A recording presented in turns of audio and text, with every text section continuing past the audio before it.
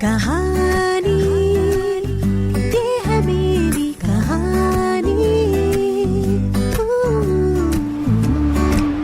आदित्य प्रतीक सिंह सिसोदिया, एक ऐसा नाम जो आपने कभी नहीं सुना होगा, पर इस आदमी के म्यूजिक से आज के दौर में किसी भी जनरेशन का कोई भी इंसान अछूता या अनजान नहीं है।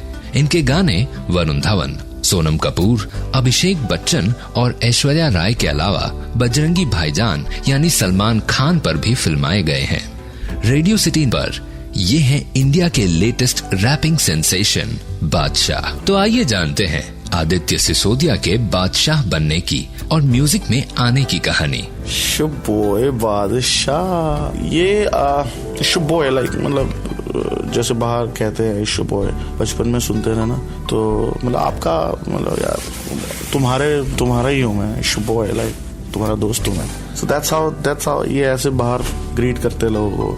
तो ये चीज थोड़ी हमने बाहर से उठा ली, और ये जो लहजा है शुबोय बादशाह, ये बोलने में अच्छा लगता है, मुझे ही नहीं सबको। बादशाह यार, एक तो I am a huge Shahrukh Khan fan, तो उनको बादशाह कहते हैं, तो मतलब मुझे लगा मैं बहुत इंस्पायर्ड हूँ उनसे। दूसरा मैं मतलब जो मेरा मन करता है मैं वही करता हूँ, तो इसीलिए मतलब जब सोना होता है सोता हूँ, उठना होता है उठता हूँ।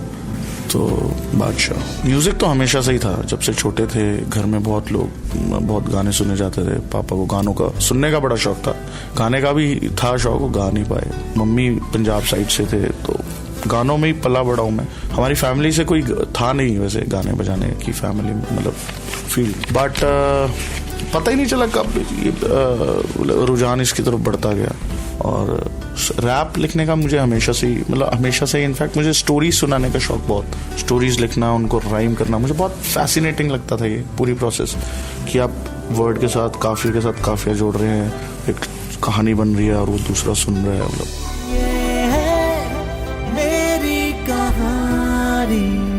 दिल्ली की पंजाबी फैमिली में पैदा हुए बादशाह पर हरियाणवी इन्फ्लुएंस उनके पिता के कारण रहा। चंडीगढ़ में इंजीनियरिंग करने गए बादशाह के गाने आज हर पार्टी और डिस्कोथेक में बजते हैं। शायद इसीलिए लोगों को ये भी लगता है कि वो सिर्फ पार्टी वाले गाने बनाते हैं, पर असल में ऐसा नहीं है। आपने सुने ही वो वाले हिट ज्यादा वो वाले होते हैं, क्योंकि वो मास को केटर करते हैं ना, क्योंकि हर बंदा पार्टी करता है, जो नहीं करता वो करना चाहता है। पार्टी जब, और हर बंदे की लाइफ में लड़कियां भी आती हैं, सीधी सी बात है, तो वो आप खुशी वाला टॉपिक्स होते हैं, तो वो चीजें लोग ज्यादा सुनते हैं। तो सीरियस रैप भी हैं, तो जो रैप के फैंस हैं वो चीजें ज्यादा सुनते हैं, और हर तरह की है ऑडियंस। बट पार्टी वाले इसलिए क्योंकि पूरी म्यूजिक की कोई लैंग्वेज भी नहीं होती, तो सब उसको एंजॉय कर पाते हैं। मैंने कर्मा पे गाना बनाया हुआ, एक गाना आया था मेरा बंदूक, तो काफी हिट हुआ है वो। एक मैंने फीमेल फिटी साइड पे बनाया हुआ, हरियाणा पंजाब में ये प्रॉब्लम बहुत परसिस्ट करती है, तो उसके लिए बनाया हुआ है।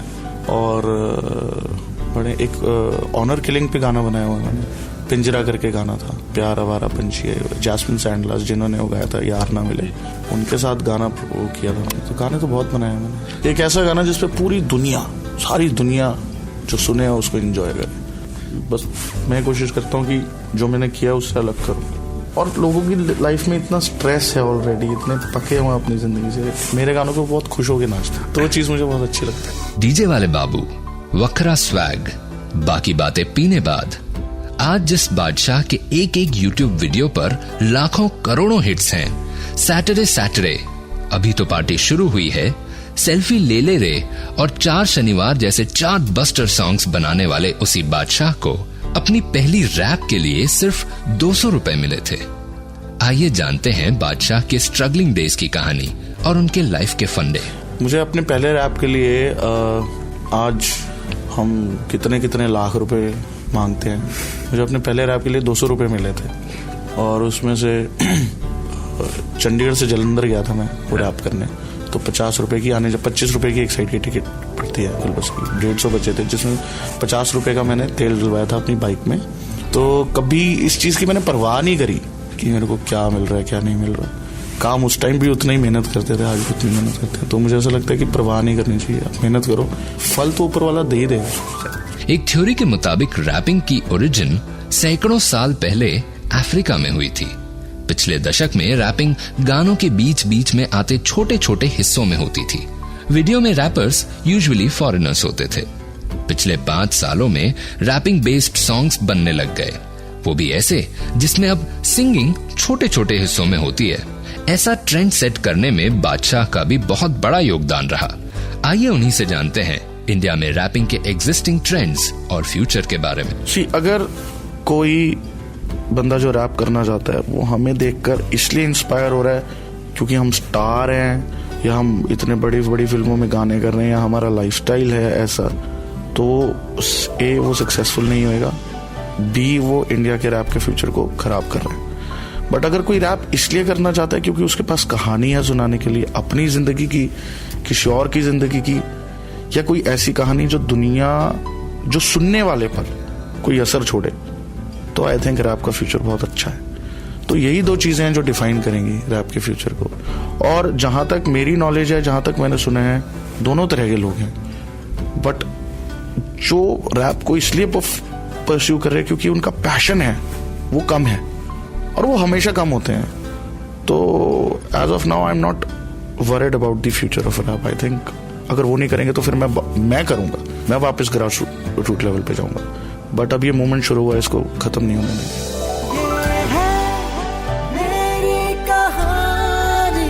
हरियाणा में एक शादी में था मैं, बहुत हरियाणा के रिमोट एरियाज में थी। तो वहाँ पे एक बहुत बुजुर्ग महिला थी, वो बैठी हुई थी और वहाँ पे अजीब अजीब गाने चल रहे थे जो शायद उनको समझ नहीं आ रहे थे।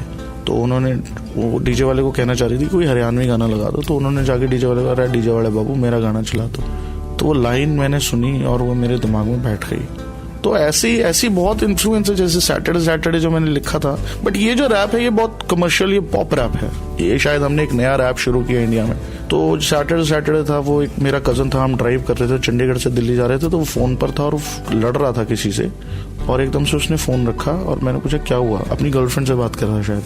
तो कहता है यार कुछ नहीं आ रहा, जब देखो सैटरडे करती रहती है, इसका काम ही नहीं है, कोई पार्टी करनी है इसने। तो ऐसे इंस्पिरेशन मिलते हैं। मतलब अपनी लाइफ से तो कम ही मिलता है मुझे, क्योंकि मैं क्लब बहुत कम जाता हूँ, तो औरों की लाइफ से काफी सारे इंस्पिरेशन मिल जाते हैं। आइए जानते हैं कि हजारों लोगों के आइडल बन चुके बादशाह खुद किसको अपना गुरु मानते हैं। साथ ही रेडियो सिटी सुनने वाले एस्पायरिंग सिंगर्स और रैपर्स के लिए उनकी खास एडवाइस। मैं अपना गुरु मानता हूँ जिंदगी को, जो मेरे साथ, जो मैं हर दिन जी रहा हूँ, मैं उस चीज को अपना गुरु मानता हूँ, उसी से सीखता हूँ मैं। और इंडस्ट्री आपको बहुत कुछ सिखा देती है। तो ऐसा कोई गुरु नहीं है, बट शाहरुख खान मेरे को इंस्पायर बहुत करते हैं। I think he is very very intelligent, and जिस तरह से उन्होंने अपने ब्रांड बनाया अपने नाम का, वो मुझे बहुत इंस्पायरिंग लगता है। तो या